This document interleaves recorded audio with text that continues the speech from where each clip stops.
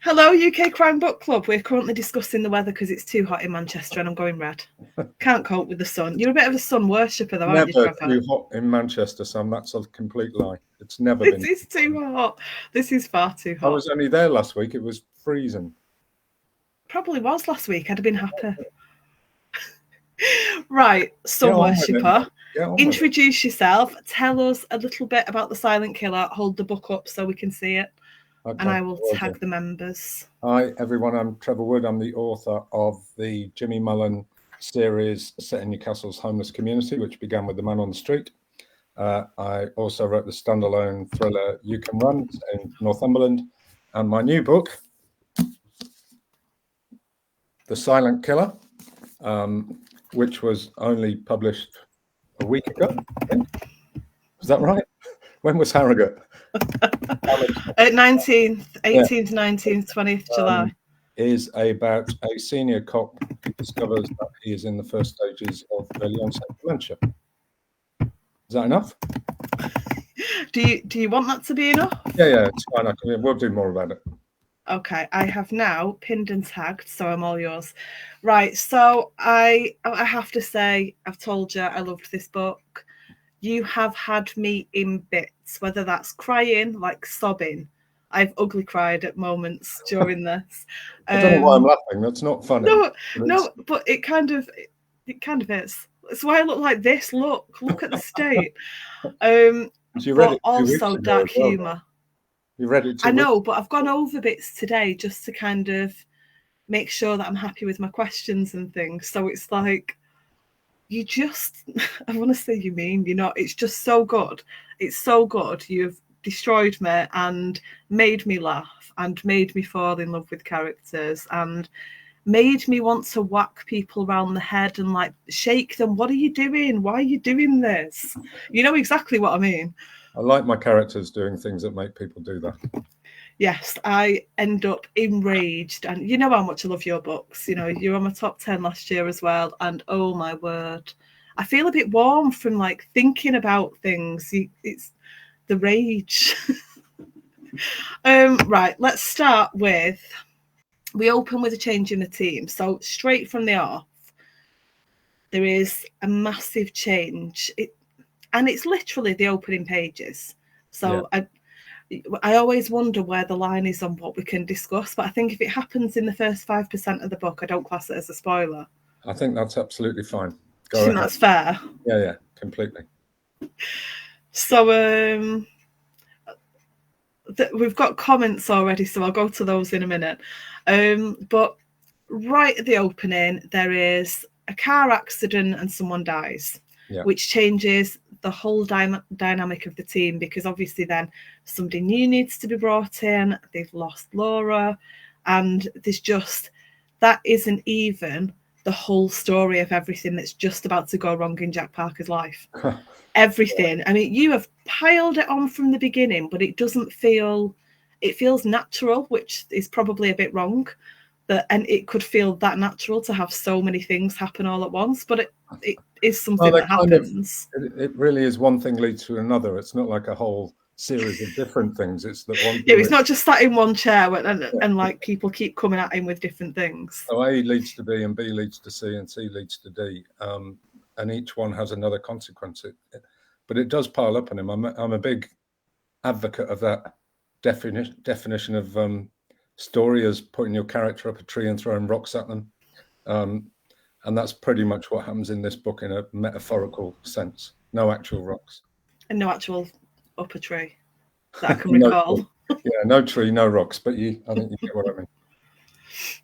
So we've already got people commenting, so I'm going to see if I can find all of the comments. So bear with me.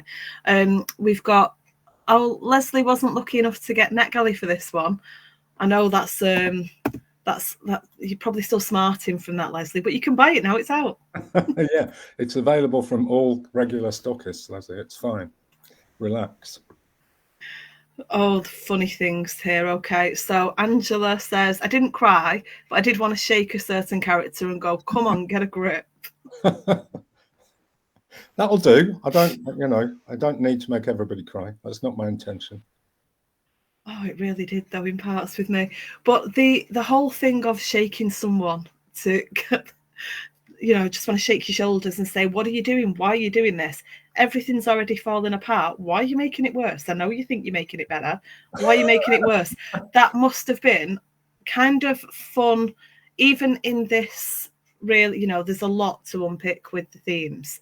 But even with that, it must have been so much fun going, haha, there's the next rock. There's the next one. Yeah, I mean, I know the biggest rock that will be the one that people talk about the most, but I probably can't talk about that because it's probably too much of a plot spoiler. But my editor was a bit nervous about it. Let's say. Oh, really? Yeah. We don't often disagree about stuff, but that's probably the first genuine disagreement we've had about which way the book should go. That's really interesting. Not bad, is it? 5 books before I had a disagreement with my editor. That's not bad at all, yeah. I know, I was quite pleased. And I won this one, so I was quite pleased with that as well. Leslie's asking if you're going to do an audiobook. There is an audiobook. Yeah. There isn't. Oh, I've misread it. Prob do audiobook. So she's going to read the audiobook. The audiobook, I'm sure, will be wonderful. I haven't had a chance to hear the whole thing yet, but I was telling Sam that I did an event at Goldsborough Books on Thursday and was lucky enough to get Dave Nellis, my wonderful audiobook narrator, to come along and read from one of the chapters instead of me stumbling my way through it. And it was great. So I'm sure the rest of it will be great. So that was quite nice to just kind of stand at the back and listen and fantastic. Yeah. I'm sure you had a good vantage of the audience from there as well. So you're kind of watching everybody else react to it. It's nice. I mean, it reminded me a bit because I used to write for the theatre, and it reminded me of when I could sit in the theatre and just watch audiences reacting to something that I knew I'd written, and knowing when the kind of big hits come in and waiting for the reaction. And it was a bit like that, really. It was lovely, yeah, and much more relaxing than having to do it myself. Yeah, I bet it is. And I've never heard him do it live before. So, and Dave, that's special. And Dave was the narrator for all the Jimmy books as well, so it was great. And how was this for him being it the first time? Because you're saying it was good for you, but he stood at the front, standing at the front, and knowing that you're at the back listening live. He's an actor, man. He loves it, of course. So he was absolutely fine. They lived for. He had an audience in the palm of his hands, you know. Angela's saying her husband loves Dave Nellis narrating your books. Yeah, he's fantastic. I've known Dave for a long, long time. He was in a couple of my plays back in the day. So I was delighted when they decided he'd be the narrator. And it's lovely because when he does it, if he's got any questions, he just messages me. Which is great. Yeah, you've got that kind of working relationship. Yeah. Trying to see if I can get the questions up on my phone. I have got a really lovely image of you smiling and me kind of looking off into the distance over there somewhere. So that's always good. It's better than some of the frozen images of us I get. So Donna's not sure if she cried. She can't remember. How long ago did you read the blooming book, Donna? You don't know if you cried. I've done that, but maybe she just cries a lot, Sam, probably. Who doesn't? I've seen what she drinks. I would cry if I drank that. Effie's saying she just finished it. Fabulous, because I saw a post earlier and it disappeared before I could do anything with it. But oh no, it might have been the book club one. Anyway, Effie was saying she had 56 pages left. I know. It was touch and go. She's done it. Lucy's saying hello, Lucy Sampson. Oh, hi, Lucy. Haven't seen you in ages, man. I know. I've not spoken to Lucy in a while. And Sarah Blackburn. Good evening. Hi, Sarah. So I seem to have the comments up on my phone, which will be helpful because clicking between screens gets a bit gets a bit unsettling. Is that the word? Anyway, right.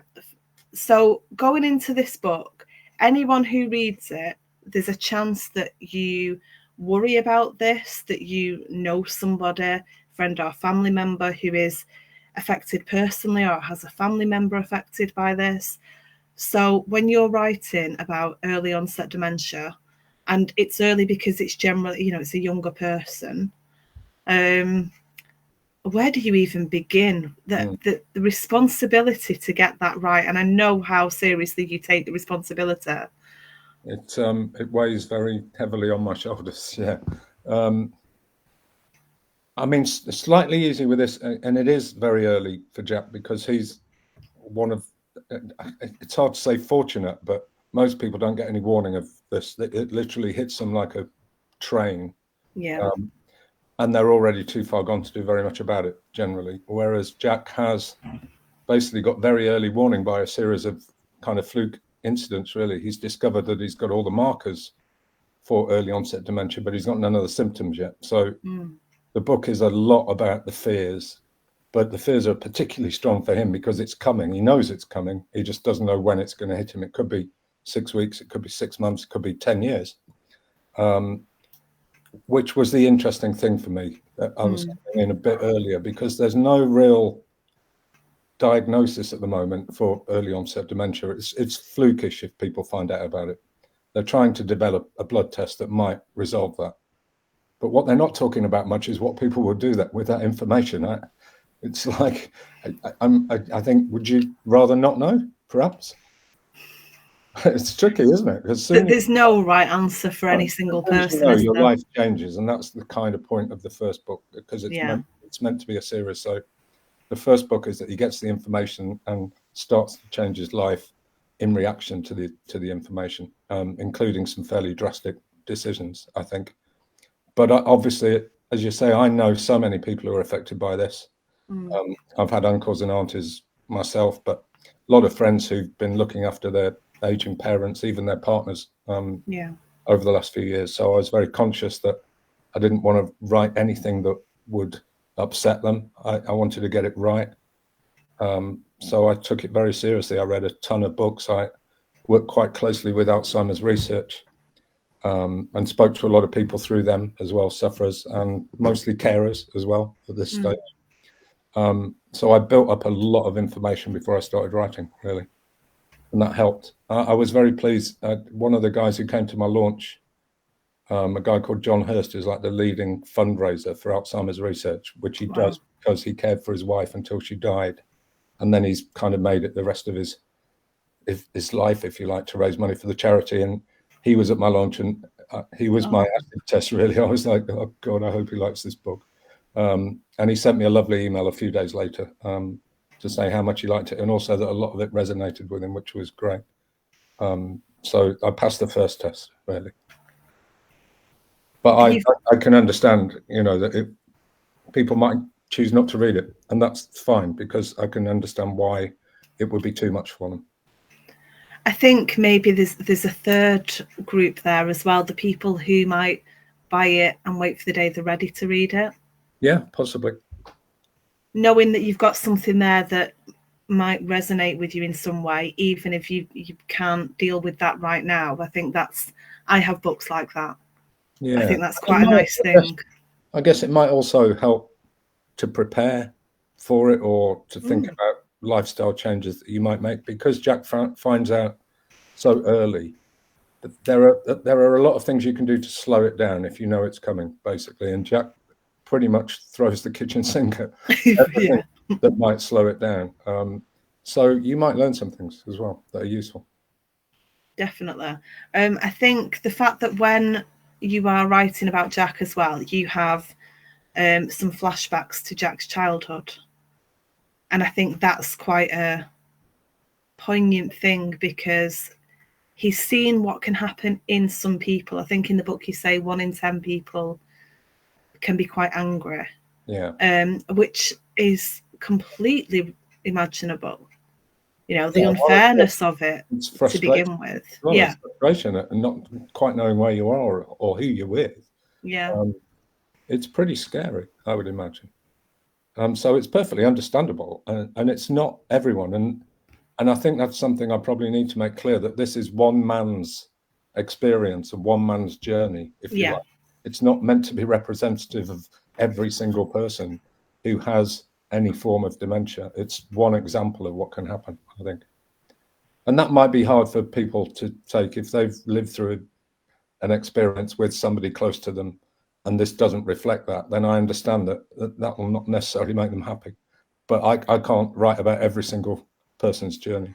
No, I agree. But then maybe it gives them perspective on a circumstance that's different to theirs, that, you know, anyone going through this is going to know it's a difficult journey, and it's, you know, no two experiences, you might have similarities, but they're not going to be the same.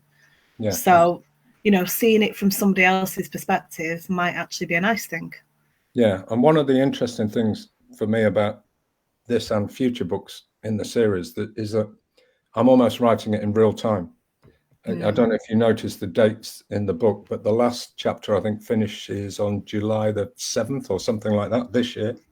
So it's pretty much up to date with current thinking, and with current drug treatments, et cetera, et cetera. So I'm hoping that I can kind of stay in that loop almost.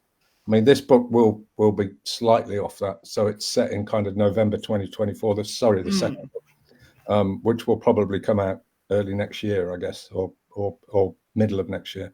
So I'll be slightly behind the curve, but I'm trying to stay as up to date on possible developments for the disease and for Jack. Really. Is that quite difficult for you as the author? Because as we said earlier, I know how much your research means to you and how seriously you take it, because you know what a weight you've got on your shoulders to get something like this right. Yeah. How have you found looking at this?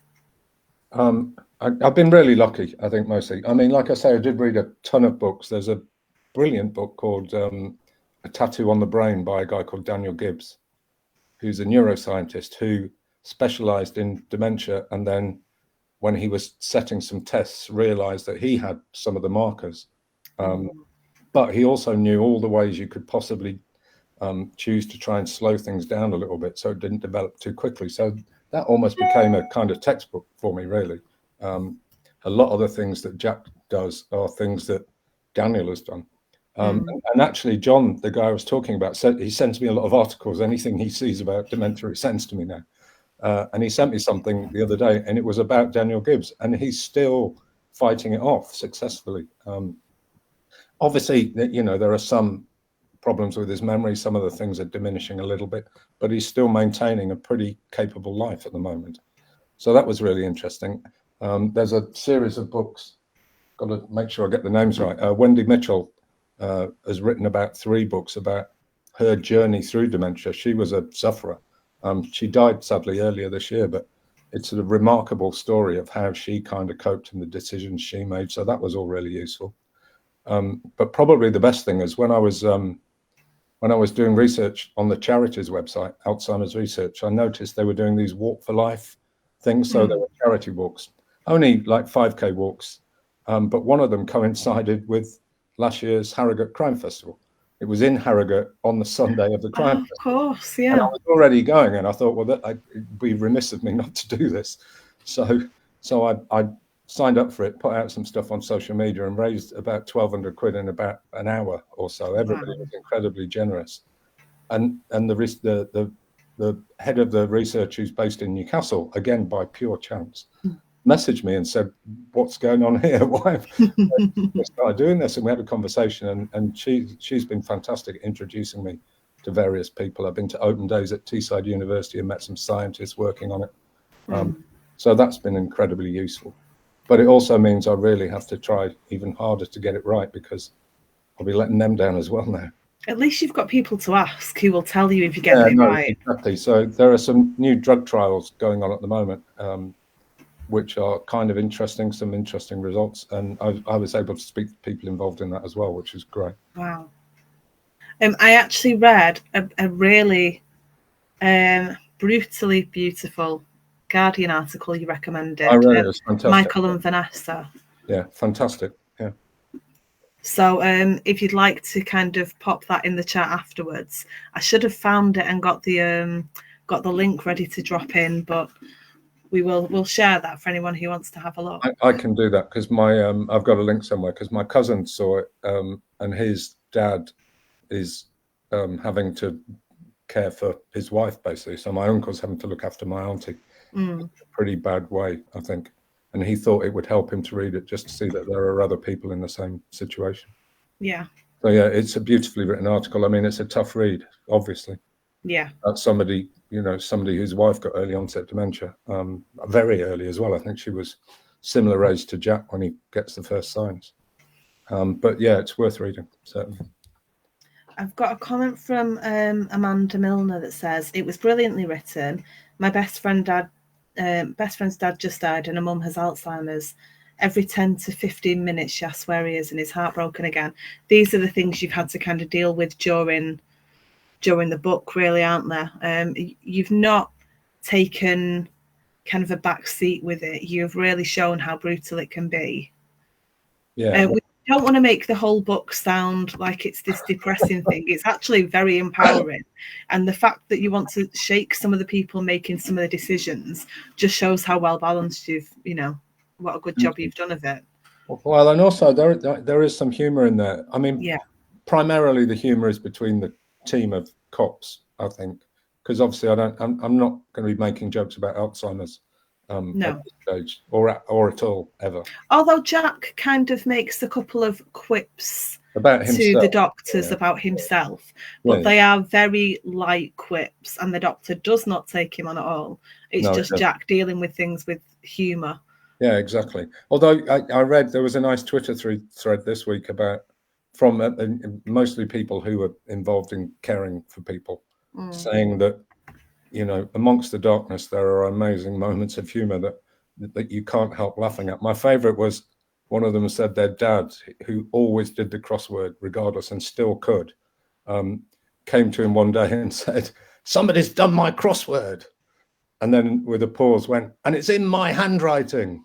And I think things like that, the people involved are going to laugh. And you need that. You need that little kind of moment of humour. But you're right, the police in your books are generally quite funny anyway. Anyone that's... I'm just thinking back to some of the scenes and wondering which ones we can talk about. Shall we jump into the murder, Trevor? Yeah, why not? Well, the first one. Tell me why the murder scene that they walk into is quite unusual. Oh God, how I came up with that? I'm not too sure really. I wanted to connect the murders to something from Jack's past and link them all to memory in some kind of way, purely for the ironic point that somebody out there is kind of plagued by things that have happened in the past, and Jack is worried that in the future he won't be able to remember things that have happened in the past. So I wanted to join those together. So one of the obvious ways seemed to be to link it to his old school. So that was a starting point. And I'm not sure where I came up with the toilet from. So St. Bede's has an outside toilet block. I wanted also, I always like to make little political points because that's the nature of me. But I want to make a point about the kind of rundown nature of some municipal buildings, if you like, and the lack of investment in schools in particular. So yeah, this school still has an outside toilet, and has had, since Jack was there. So the school's hardly changed, and he's 50. And that was kind of the point of the whole thing, really. I like the fact that when obviously the murder has happened and Jack goes to the school and he's thinking back to his old headmaster, and then walks in and gets a similar vibe from this guy, don't like you either, and kind of goes out of his way to just try and make the headmaster's day hurt just a little bit more, because he's clearly not interested that somebody's been murdered in his toilets. He just wants everyone back in school, and then keeps kind of going, oh yes, well, of course we can keep people out of the way. But it's really quite funny to watch different members of the team make other people, including this headmaster, cringe at their own kind of, oh, I really shouldn't be saying that. I'm supposed to have this public front and not show what a horrible person I am on the inside, being counting. And Jack's wife is a teacher and has applied for many headmistress jobs and been unsuccessful, and watched a succession of young men take the jobs ahead of her. So when he meets a young, smarmy headmaster, he does take it out on him just a bit. He does support Helen in that way. Yeah, I like that. To tone it down quite a lot. The first version, he was way too cruel. Really? Yeah. I went to town on him and people were going, it's a bit unprofessional. I was like, yeah, okay. Okay, I'll tone it down. See, that's the thing. Like, when I'm reading a book, I would never really think that person's unprofessional. I just think that person's such a smarmy arse. You know, you just kind of be okay with it. They were saying it's a bit too, Jack's gone a bit too far. Oh, Jack's gone too far. Yeah. So I toned it down. The earlier version, it was much horrible. Much more horrible. Oh, my word. Kaz says hello as well. I'm just flicking through the comments on my phone. Angela noticed the real time, and you wrote it with such heart, and she'll continue to shout about it. Thank you. That's nice. It's also, nobody's actually, I haven't seen this mentioned in the reviews, which I'm slightly surprised at, but it's also set in the same universe as the Jimmy books. It's kind of 10 years later, but there are a couple of threads in there that kind of link back to things that happened in the Jimmy book. I'm a bit annoyed at myself for not spotting that. That's poor, Sam. Poor. That is poor. That is very poor. Misread. We I told you I have memory issues for very different health reasons. Somebody will spot it. Somebody, well, they will now. You should have waited for the first person to spot it. I think other people have spotted it, but I just haven't seen it mentioned in any of the reviews or the blogs or anything. Maybe not many of them have read the Jimmy book, so maybe the crossover's there. Well, they need to rectify that and go back and read the first trilogy. I know Angela has, so she should have spotted it. When you just throwing down a challenge, though. I know. I'm trying to divert you off course. Leave Angela alone and me. When you are kind of sitting down to write this one, I know you've said it's a series. Do you have kind of an idea of how many books? I'm guessing because you've stated outright that it's a series, it's not going to be 3. It's going to be more than a trilogy. Yeah, it's interesting, isn't it? I did propose it as a trilogy when I pitched it to my editor, but she said it should be more. I agree. However, as I point out on a regular basis, I only got a 2-book deal, so I'm not quite sure where that leaves me, really. So I'm writing the 2nd book at the moment. Provided everything goes well, then it will be more. At the moment, I have no clear idea. I'd quite like it to be quite long, actually. I'd quite like to watch Jack's journey in a little bit of a slower curve than it might be. I don't want to kind of rush it. I want to treat it with some seriousness, I guess, if you like. But we'll see how it goes. You know, if it doesn't sell many, then there'll be 2. Probably. I try and keep it realistic, you know. It's very difficult when they say they want a long series. Yeah, I'll be banging the drum about this one for a long time to come. Thank you. The more people who shout about it, the longer the series will become. So that's cool. But at the same time, I don't want to drag it out indefinitely. No, I wouldn't want you to drag it out, but how marvellous would it be if, as things progress, new drug protocols, new interventions, new, brain hacks, such as, I know we're talking about the crosswords, and I've not been very good at the at the tests you've hidden at the beginning of some chapters. I've not been very good at those.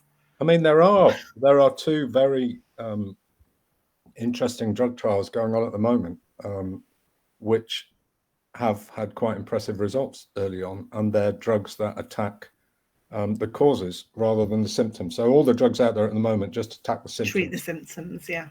So they kind of slow things down occasionally for some people.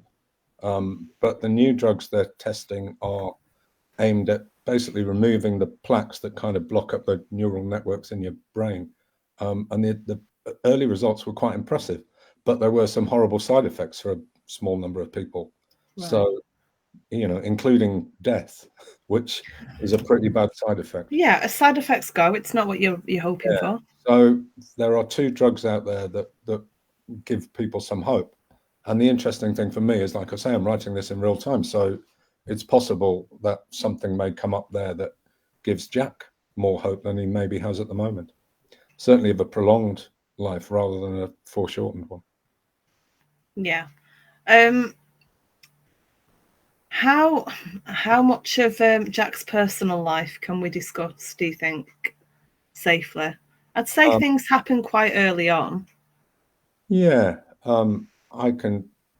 we can talk about it a bit. I'm literally putting it in your hands as to where my cut-off line is. When we meet Jack, he's very, very happily married with what I think is a very good marriage and a young teenage son who obviously is a handful. So we've got Helen and Aidan. So you've got Helen and Aidan, but Jack is also very acutely aware of what his father's dementia did to his own family, because he became very violent.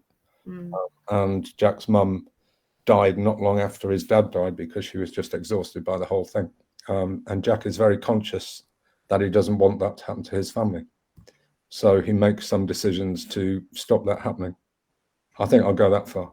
I think you can go that far. People can kind of decide their own imagination, use their own imagination to decide what they think. I think the other thing is, as I was reading, you're thinking a lot about where you think it's going to go, but then you're so quickly engrossed again in what's happening that you kind of stop thinking ahead and stop wondering what's going to happen, because the story literally grabs you and just drags you along with it. You can't pause for long enough to really think about what's happening because you're so intrigued to see what is happening. Yeah, I mean, I wanted to get that balance right. I kept a kind of color-coded chart on my chapters, and it was the main current murder plot, the off the books investigation. So Sam mentioned that one of Jack's favorite colleagues is killed in an accident, a hit and run accident, right at the start of the book. And for various reasons, the police aren't really investigating that properly. So he and his two DSs start to look into it off the books, if you like, in their own time. So that was another thread. And the third thread, obviously, was Jack's personal life and his relationship with his wife and his son and his brother. So I was making sure I was keeping that balance, that I didn't spend like 20 chapters in a row on the current story and then do one about his family and then one about the old story. And I hope that worked. Yeah. Yeah, definitely. I'm looking at the comments here that somebody's asked whether, because of the Jimmy universe, if Jimmy's going to make an appearance, but I can't find the comment now. I'm not a planner, so you've no idea. I've no idea. I expected that to be your answer. To be honest, I had no plan that anybody would make an appearance, and then they did. They just popped up, and I was like, "Oh, what are you doing here? Get out! You're in the wrong book." But it was a perfect fit. It kind of it dropped straight into the story from previous books, and I kind of thought, okay, let's run with that. I know somebody who knows stuff about this, so I'll use him. And that continues a little bit in the second book, which I'm writing at the moment. Not with that particular character, but somebody else from that world pops up. Not a major character by any means, but somebody who was certainly quite a big part of one of the books. So when you're not planning, but you're thinking about the next book, do you know a lot before you go in? Have you got any ideas before you go in, or do you just go in? I just go in generally. I might have one or two. This baffles me, how you write this and you've just gone in. Well, editing, Sam, is the answer. Lots of editing. True. It's like write a chunk and then go back and change it again. Write another chunk, go back and change the whole lot again. Write another chunk, go back and change the whole lot again. Just back and forth until it makes some kind of coherent sense. Which is kind of what I'm doing with the second book at the moment. I've almost finished it, but it makes no coherent sense. But it will do by the time I've finished with it. There's things in there that are fine, but there's things in there that are just nonsense. But I'll find a way to make it work. So I was going to ask what you're working on at the moment. So how many words into book 2 are you currently? I'm about 82,000, I think. And my books normally come in about 90 something. So you're pretty close. I'm pretty close to the end, but it's bollocks, frankly. So I've got a lot of work to do, and my deadline's the end of September, so it's a bit tight.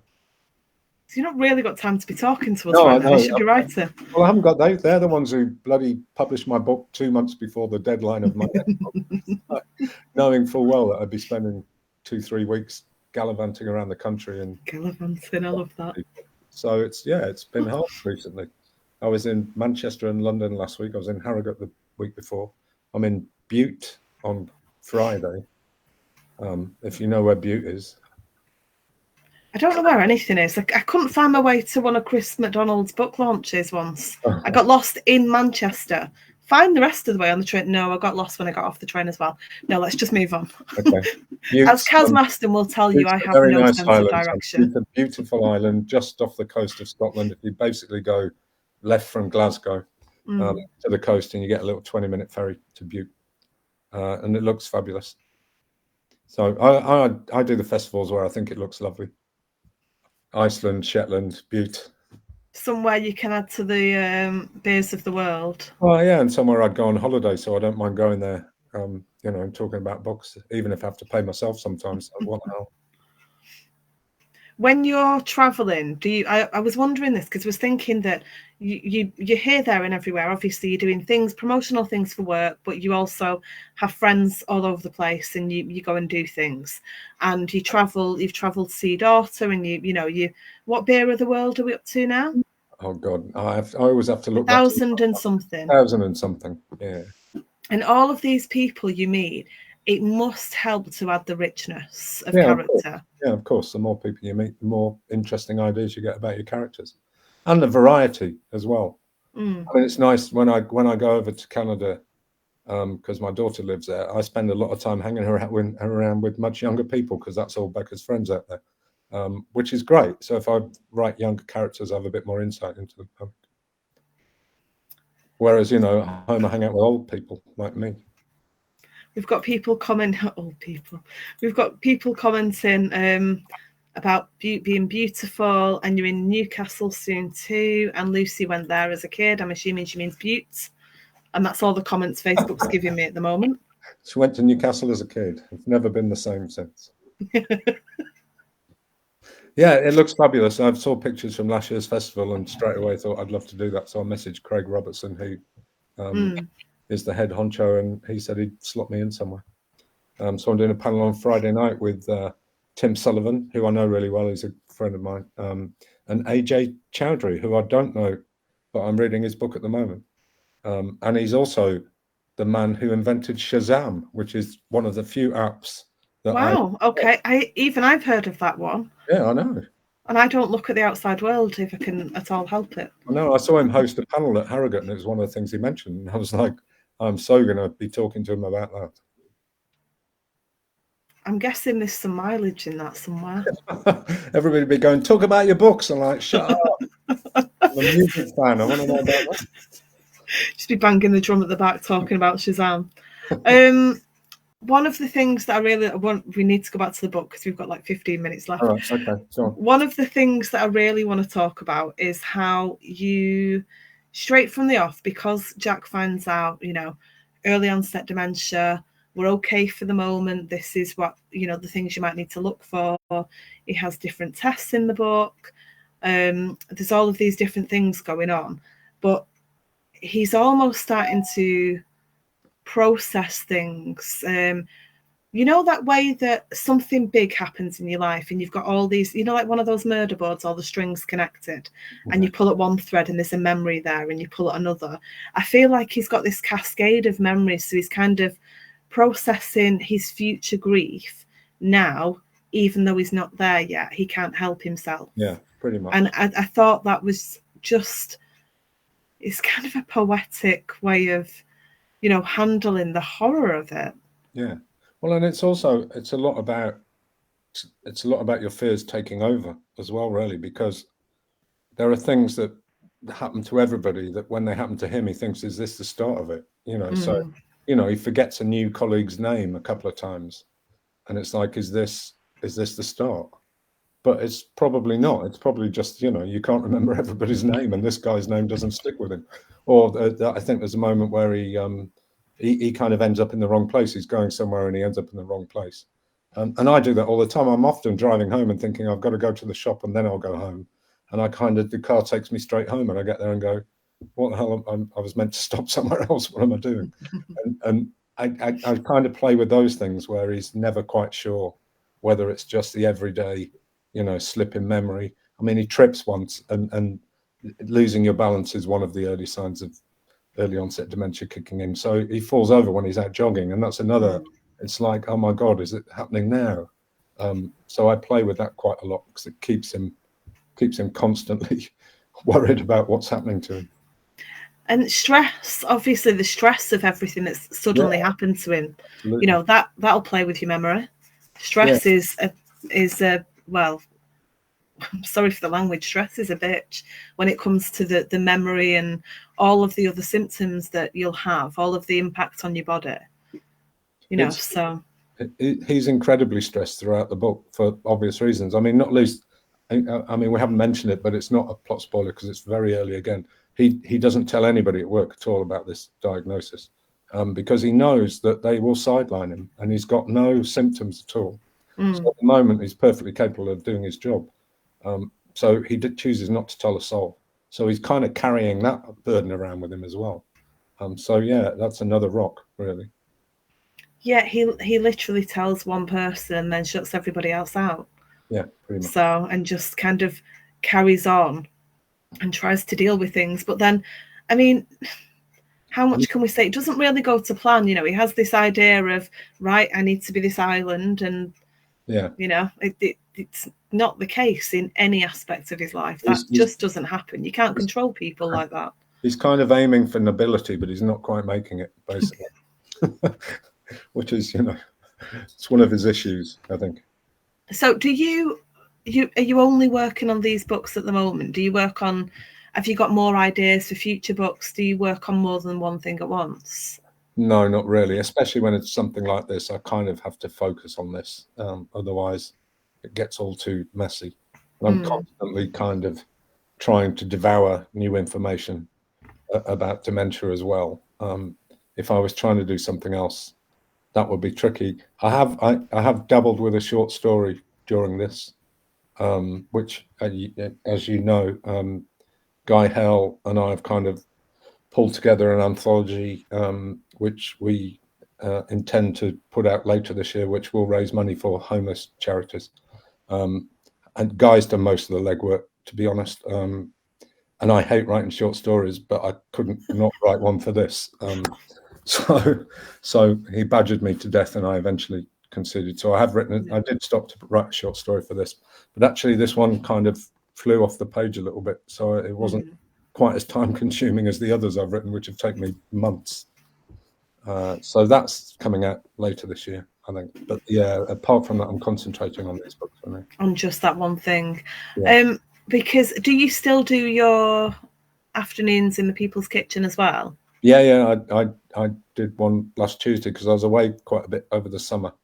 I am thinking that I might switch to doing something more for the Alzheimer's charity instead. Makes more sense, really, given that the future books are going to be based on that. And I've been at the People's Kitchen for more than 5 years now. So yeah, I was thinking you've been there quite a while. Yeah, I've kind of done my stint. And while I've been away, the team has changed almost completely.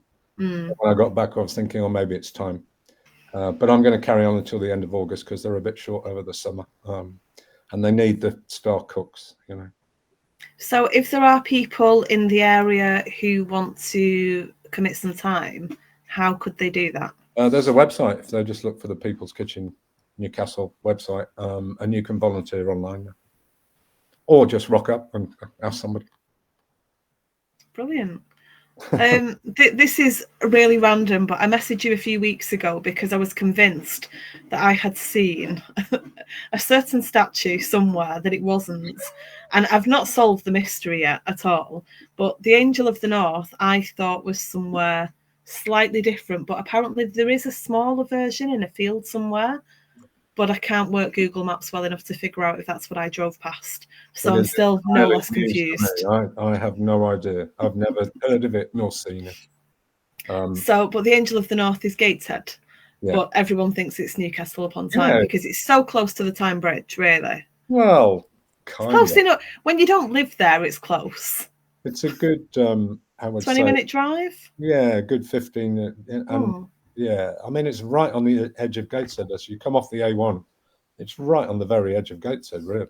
I mean, I'm sure somebody will say, oh, no, the Gateshead border's further away. But if you're talking about the built-up centre of Gateshead, it's right on the very edge of what I would call Gateshead. So if anyone knows which statue... If anyone knows which statue I'm talking about, please help me out because I've been looking for months. I think you've dreamt it. No. I'm pretty sure on this occasion, no, not one bit. I'll tell you what, Sam, I will put it out on my Facebook page, which is full of Northeast people, and see if anybody. It And looked I'm not like going it to had claim it for shorter myself, but see, arms. somebody is trying to tell me there's a small version of the Gateshead Angel somewhere. You can say it's me. Let people get in touch. I'm determined to solve this mystery without having to drive back up. Not that I can drive. So I'd have to convince somebody to drive me up the road that I think it was on, so that we could actually find what I was looking at. Smaller, do you mean like shorter arms, or just smaller? Just smaller in general, yeah. When I drove past the actual one, I couldn't believe how big it was. That was not what I saw. Yeah, it's huge. So the thing you're talking about is basically a statue of a man with his arms out to the side. Is that it? Woman. I felt like it was a woman. I don't know. The Gateshead Angel is neutral, famously neutral. Yeah, exactly. I don't know. I don't know. And if I could get hold of the person who drove me at the time, I would ask them which route we took, but I can't. It's not possible. So we'll go back to the book. Pillaging names from people you know, I feel like was a theme for you with this one. Do we have authors and D20 authors in particular? Actually, whose names you've stolen? I'll tell you what really happened there was I originally called him Jack Porter, and then I realized that I was literally stealing from one of the Northern Crime Syndicate guys, because Rob Scragg's cop in his first series of books was called Porter. So I thought, I can't have Porter, and being slightly lazy, it was easier to come up with something that was very similar. So I came up with Parker, and it was only, of course, like a few weeks later, I thought, oh God, Rob Parker's now going to think I'm naming my cop after him now. So there was certainly that. Who else? You've got an Emma in there. There's a Jenkins in there, off the top of my head. I mean, you know, there's a lot of characters in my books, especially in this one. And, you know, I quite often just look at Facebook and go, who's got a name I quite like? And scroll through Twitter, Wheel of Fortune. And you want to vary them as well. So I'm always looking for different Christian names that I haven't used before, really, or even vaguely similar Christian names that I haven't used before. Because I tried desperately to avoid having characters with the same first initial, you know, because even I get confused then. So it's hard coming up with different names all the time. I think that's why authors do that thing of auctioning names off, because it means they don't have to think about it much. Where is everything with the D20s now? Because do you want to first tell anyone who doesn't know who the D20s are, who they are, and second, kind of where you're all up to now? You know, in terms of, do you still get to spend time chatting, and are you still all in touch? Yeah, well, the D20s are basically, we used to be the debut 20s, so it's a group of writers who were all published during lockdown. And we were part of bigger writers groups and things. You know, you tend to hook up to these things to find out what the hell this industry is and how it works and what's going on. But we decided that our experience was so unlike anybody else's, because the bookshops were closed, you know. Yeah, of course. That we all got together in a group and started to have weekly chats on Friday at 5:00 on Zoom. And with a kind of smaller subsection of that's continued now. So what are we, 2024? So we've been doing that for 4 years now. Wow. And pretty much every Friday, if people want to join a chat at 5:00, they do. And we've since become really good friends because we've been so open and honest about everything that we trust each other implicitly, really. So we might talk about the industry, or we might talk about specific problems in our book that we're trying to do, or it might be something completely personal, you know. And we all met in real life, mostly, I think, at Harrogate one time, but since then we've had countless events and things. 4 or 5 of them came to my launch in London on Thursday. Fran Quinn, Louise Fine, Vic Dowd was there, Nicola Gill as well, and Eleni Kyriakou. So quite a few. So whenever we can get together, we do, basically. And we were hanging out in the tent at Harrogate, quite another big batch of us as well. So they become really good friends, and it's really great to have people in the industry you can talk to. Of course. And they're not all crime writers. I was just going to say the same thing. They're not all crime. No, not at all. No. That probably means you've got different insight from different people. Yeah, it does. Yeah, and it's really useful and quite unusual, I think. I mean, writers are generally very helpful but they're not always completely open about what's going on in their experience. I mean, we've kind of talked about advances and deals that you get and stuff like that, which most people don't share really. So that's been great.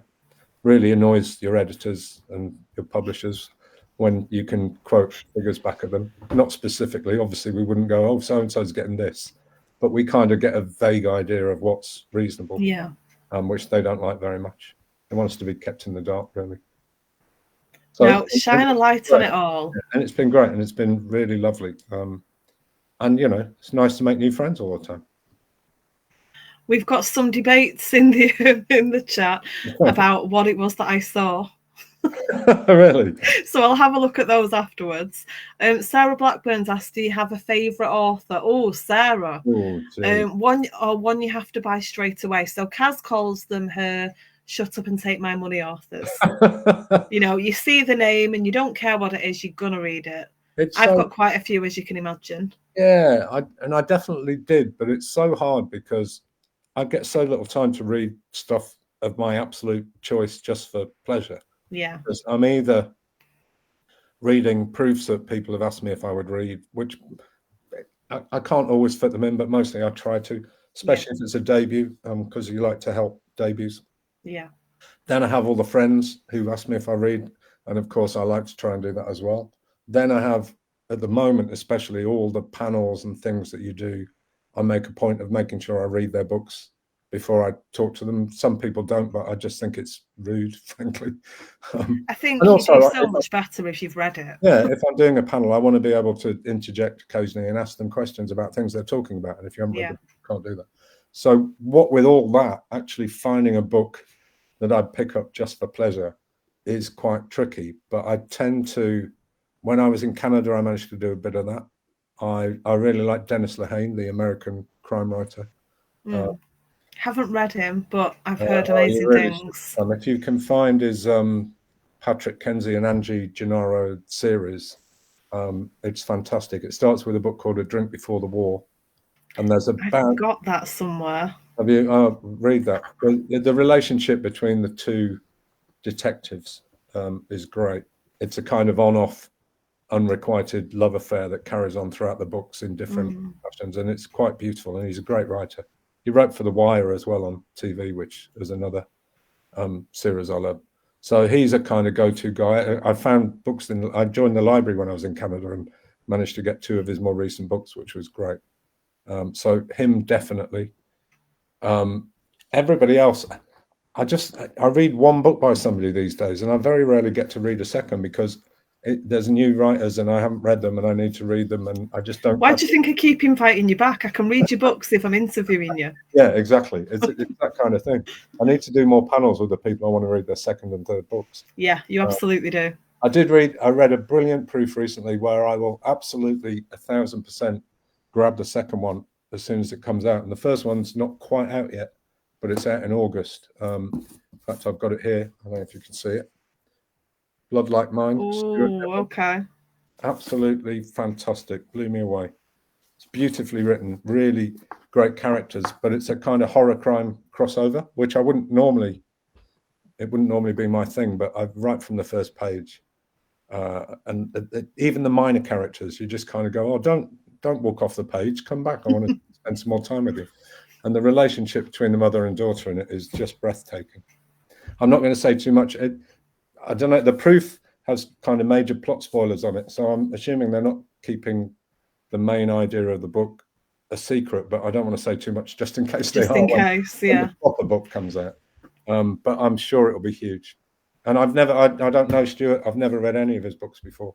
I just saw his editor saying, anybody want a proof? And I like the sound of it. So I said, yeah, I love it. And it's great, really.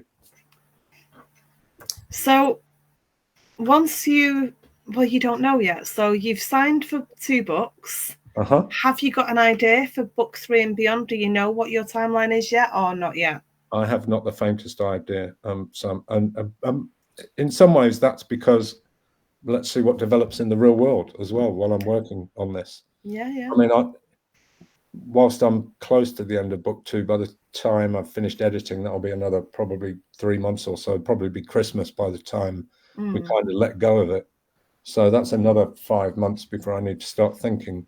So I'll probably start the next book after Christmas.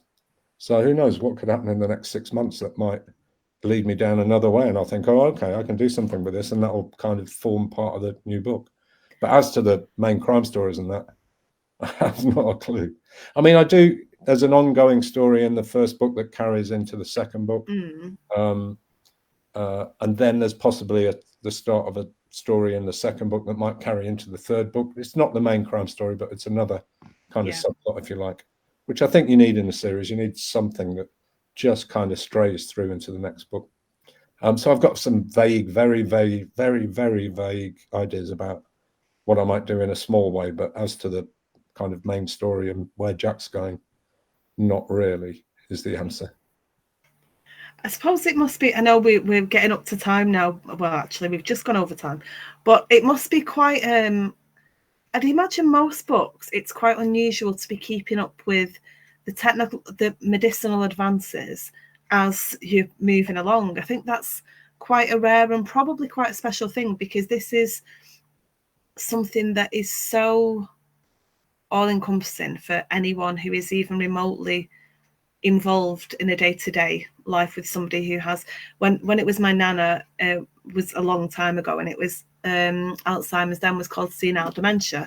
So already, you know, there's so many different stages from the world that I knew as a teenager, and you're keeping this up to date for people who might enjoy crime but really, you know, want to kind of keep up to date with what's happening as well, in a way that makes it maybe a bit easier to digest all of the medicinal stuff. Yeah, well, that's because you're not dumbing it down, but you are making it easier to kind of take in bite-sized pieces. Well, I think I think that most people will tell you, I think that you need to do the research, but then you need to wear it quite lightly in your books, really. So you need to know it, but you don't want to flaunt all of that stuff, because actually it would be really boring for people to read. But you kind of need enough to get it right and to kind of drop the occasional thing in. So people will learn stuff, I hope, but also I've forgotten what I was going to say now. That's a good example of the kind of thing that Jack does and goes. Dealing with the day-to-day progressions while you're writing and having it in real time. Yeah, it's going to be interesting, because I have no idea what might develop, and it's not just the medicinal kind of aspect of it, if you like. It's the societal aspect. So, you know, the amount of the provision of anything for carers and for sufferers in the last 10 years has been abysmal, frankly. I mean, they get very little help at all. If you're trying to care for somebody with dementia, you're pretty much on your own. But who knows? We've got a new government now who hopefully have a slightly more balanced view of these things. So it's possible that might change a little bit, and there might be something there that I can use that will keep the book current again, really. So I'm always keeping my eyes open to anything that's kind of happening in the real world to see what I can do with it. Because as you know, I like to set my books in the real world, not just like literally, because all the places in the books are outside my house. I could see a couple of places in the book if I looked out the window here. It's very local to me, this story. So I like to keep everything as real as possible, and that includes current events. It doesn't entirely include police procedure. I'm a little bit fast and loose with some of that, because I don't care quite as much about that. I mean, I'm not trying to match Mari Hanna or Christy Newport or anybody who's really up to speed and intense on their police procedure. And Jack plays a bit fast and loose with it anyway. I do run it by cops, and sometimes they go, you can just about get away with that. And that's fine. That'll do for me, because it's fiction, ultimately. So I'm much more concerned about getting the dementia aspects right than the police procedure. And I'm sure there are going to be a lot of people who really appreciate the effort. I'm one of them. Thank you, Sam. I appreciate that. I want to thank everyone who's watched and commented. Sorry if we've not got to all of the comments. There are I said I'd give a book away, I think. Oh, did you? Yeah. Pay attention to my post on UK Crime Book Club. I did. I loved the post. I did, and I readed the comments. I don't know. Think of a question or something. So why don't you go back through and have a look at the questions and pick something that you like? It doesn't have to be now. How do I see the questions? on the Facebook page. You can. I'll tag you in it at the end, and I'll send you the link. So then you can choose, and we'll make an announcement in a couple of days. Pick the best question, basically, or the one I like. Whatever that you think. Yeah. Okay, I'll do that. So we will announce it in a couple of days, everyone. Keep an eye out for a pinned and tagged post. And anyone who is in the running for this, they're going to read a cracker of a book. Told you, you've had me in bits on all different levels, and I will maintain that. I have laughed, I've cried, I've ugly cried at things, because different bits resonate with different people, don't they? So, of course. Yeah. But thank you, Trevor, so much for coming and talking to us. And I really look forward to you making me cry and laugh for book 2. I look forward to doing that too, Sam. And it's lovely to talk to you as always. Right back at you. Thanks, everyone.